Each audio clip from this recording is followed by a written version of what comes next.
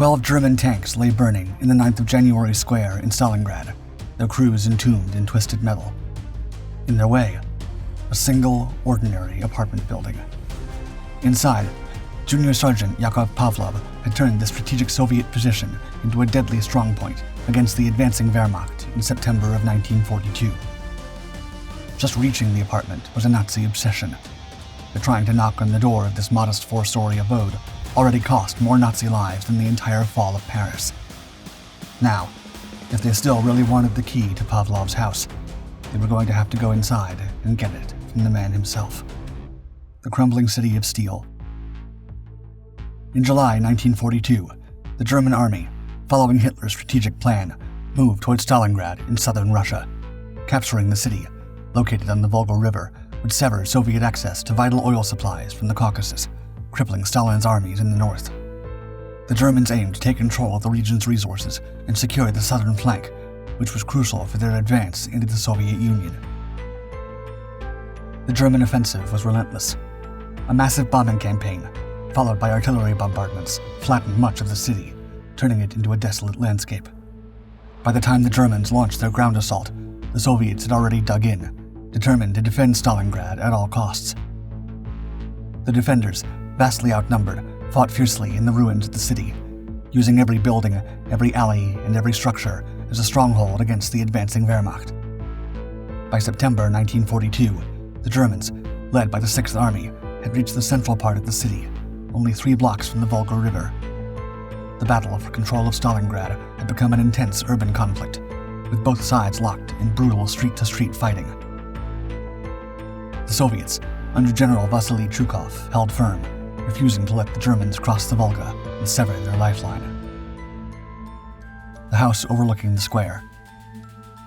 By September 27, 1942, in central Stalingrad, the Germans had seized a critical 4-story apartment building overlooking 9th January Square, a large open area with clear lines of sight in 3 directions. Built parallel to the Volga embankment, the structure provided an ideal strongpoint for controlling movement across the district. Soviet forces couldn't afford to leave it in enemy hands.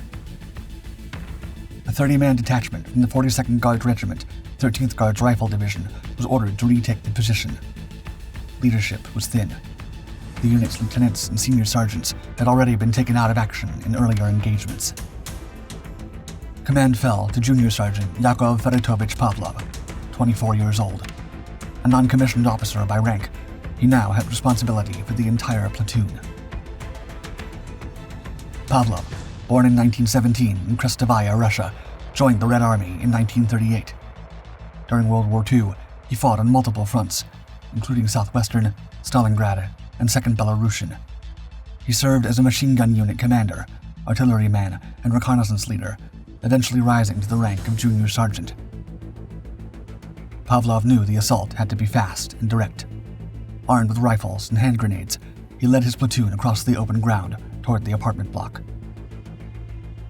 German MG-34 machine guns and Mauser Karabiner 98K rifles cracked from the upper windows and rubble-covered doorways, tearing up the approach. The Soviets returned fire as they sprinted forward, using broken walls and shell craters for cover. They breached the entrance under pressure, forcing their way into the ground floor. Inside, German grenadiers had taken up firing positions in corners and doorways, forcing brutal close-quarters fighting.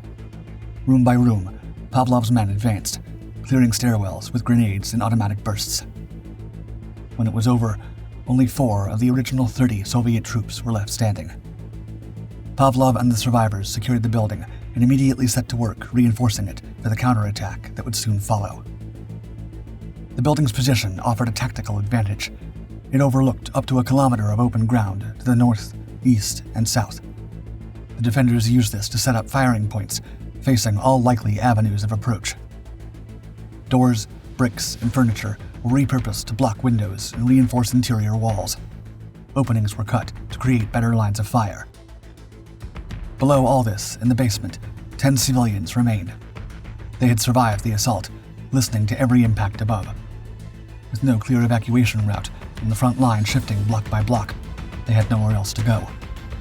For the next 3 days, Pavlov and his 3 comrades held the building against repeated attempts by German units to take it back. Their defense was improvised but effective. Infantry attacks were repelled, and the position remained in Soviet hands. Not one step back. Inside the battered apartment block overlooking 9th January Square, Yakov Pavlov's four-man team desperately waited for reinforcements. Each night, the defenders rotated watches, sleeping in shifts with rifles at arm's reach, counting rounds.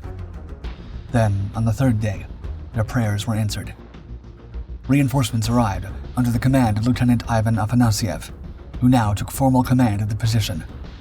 His group brought the unit back up to a 25-man platoon. They came loaded with supplies, ammunition, food, and essential weapons, including mortars, multiple machine guns, landmines, and at least one PTRS-41 anti-tank rifle.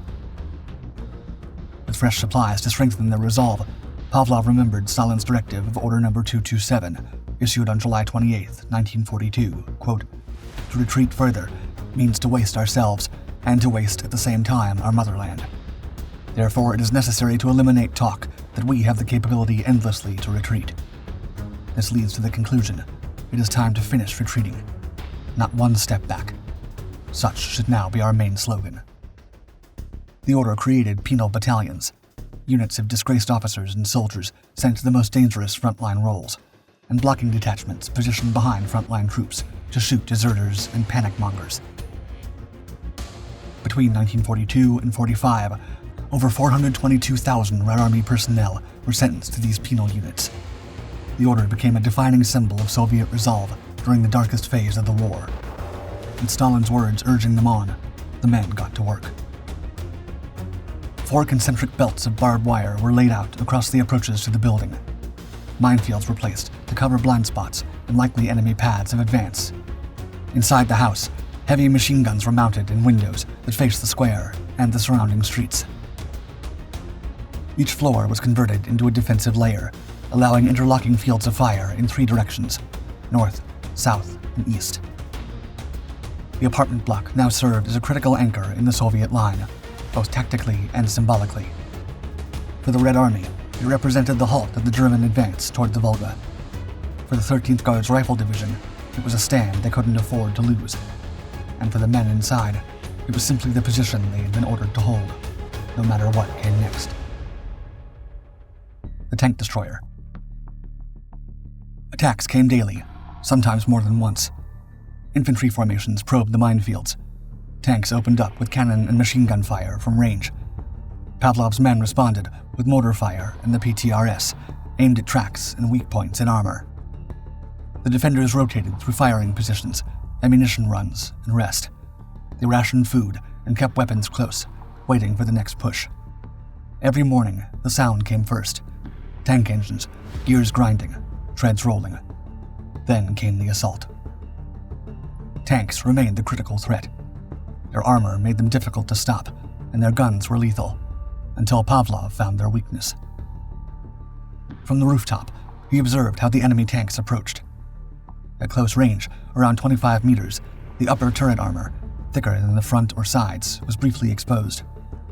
More importantly, the tanks couldn't raise their main guns high enough to return fire at a steep angle. Pavlov positioned the PTRS-41 anti-tank rifle on the roof, aligning it to cover the square. It wasn't designed for precision, but at this distance, he didn't need much. What mattered was timing. The next assault came as expected. A Panzer moved up cautiously, flanked by infantry. Pavlov held his fire as it crossed the wire, edging past the minefield and halted within striking distance. He fired. The shot tore into the turret roof. The tank stopped cold. Infantry scattered. Soviet gunners below opened fire, cutting down exposed troops as they ran. Pavlov reloaded. Another tank advanced, trying to shield the men behind it. He waited again until it turned slightly, then fired. Same result. The round punched through, and the turret ceased movement. It became a pattern. Pavlov ambushed each tank only when it reached the exposed zone. From that rooftop perch, he disabled multiple vehicles in the days that followed. Some were hit while stationary, others while in motion, but none could retaliate once the PTRS found its mark. German tactics shifted. They sent armor in staggered pairs, approached from odd angles, or used covering fire. Still, they had no answer for elevated, concentrated shots from above. Even partial hits caused chaos inside the turrets. By this point, Pavlov's PTRS had destroyed close to a dozen tanks. He didn't mark them. The wrecks spoke for themselves. Burnt shells, twisted hatches, long scars across the square. Mountains of the fallen. At one point, the Germans landed a direct hit on the stronghold. The explosion, likely from a 250-kilogram Sprengbombe, struck without warning, a deafening roar ripping through the wall. Dust choked the air as chunks of brick and plaster crashed down into the square. For a moment, the entire building shuddered, the floor vibrating beneath their boots. But the defenders did not flinch. As the smoke cleared, Pavlov's men moved to their positions, the Germans already closing in. Machine guns erupted, and the air was thick with the sound of mortar shells whistling through the sky. The defenders poured fire into the advancing soldiers and tanks, their anti-tank rifles hammering away, ripping through the armor of the German machines.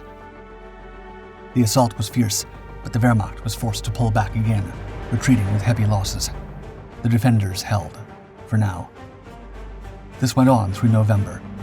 In time, the square outside filled with German bodies, which began to obstruct the defenders' line of sight. Between the waves of fire, Pavlov and his men rushed out of the house. They raked the fallen out of their path. It was a grim task, one that had to be done quickly to prevent them from blocking their sight of the next assault. Lifelines. Inside, the air was suffocating, thick with dust, sweat, and the grinding tension of days that blurred into an endless nightmare. There were no proper beds. Soldiers lay on insulation wool, ripped from pipes, trying to rest when they could, but real sleep never came. The Germans waged a psychological war. Each night brought more harassment, bursts of machine gun fire, the distant rumble of artillery, and the thump of mortars. The Germans never let up, wearing them down with noise and pressure. But fatigue was just one enemy. The defenders of Pavlov's house, soldiers and civilians together, faced starvation and dehydration. Their food was running out. The last drops of water would soon become a fading memory. And then the idea came. A tunnel. A means of opening up a line of communication and hopefully supplies. The soldiers began digging. They breached the basement wall and started their laborious task. The walls were thick, the ground hard, and the air, already oppressive, became even more stifling as they tunneled through the earth. Men worked in shifts, moving through the narrow passage. With each inch they carved out, the risks grew. The walls of the basement were crumbling, the ground unstable, and the constant threat of German fire loomed over them. After days of digging, the tunnel was ready. The hope for survival was in their grasp, but the danger was far from over. The tunnel was an essential communications lifeline, but when it came to delivering supplies, it proved insufficient on its own. Getting food and water required another, far riskier route, crossing the Volga River. The boats crossing the Volga were constantly under threat. German artillery pounded the riverbanks, while air raids loomed overhead. Despite the dangers, the boats kept coming. The tunnel, the boats, the supplies, each was a thread of hope in a war that seemed endless. Amidst the desperation and danger, a miracle of life occurred. A pregnant woman in the basement of the house went into labor. The sounds of gunfire and explosions echoed outside, but inside, the defenders focused on keeping her safe. With makeshift care, the child was born. As bombs fell and soldiers fought, the defenders, at great personal risk, ensured the survival of both mother and child. The baby's name was Zinaida Andreeva, and she survived thanks to Pavlov, Afanasyev, and their men. Throughout her life, she considered all those who fought to protect her birthplace as her godfathers. The counteroffensive. On November 25, 1942, after 58 days of grueling resistance, the defenders of Pavlov's house heard the long-awaited sound of a Soviet counteroffensive. As the defenders prepared for another imminent assault, the earth shook with the rumble of Soviet tanks advancing through the shattered streets of Stalingrad. Soviet artillery opened fire first, the deafening roar of their guns tearing into the German lines. The tanks followed, their massive guns blasting apart enemy positions, while infantry moved in behind them, sweeping through the wreckage of the city. Pavlov's defenders, barely able to believe their eyes, watched as the Soviet forces surged forward. Caught off guard and demoralized, the German soldiers began to retreat, unable to hold back the tide of reinforcements. Soviet troops stormed the square. Finally, they raised the Soviet flag over Pavlov's house. For the defenders, it was a moment of pure triumph. Their impossible struggle had finally paid off. The Soviet counteroffensive had shattered the German grip on the city, and the defenders of Pavlov's house had helped turn the tide. By February 2nd, 1943, the remaining German forces in Stalingrad were surrounded and forced to surrender, marking the end of the battle and a crushing defeat for Hitler's army. Dubious claims.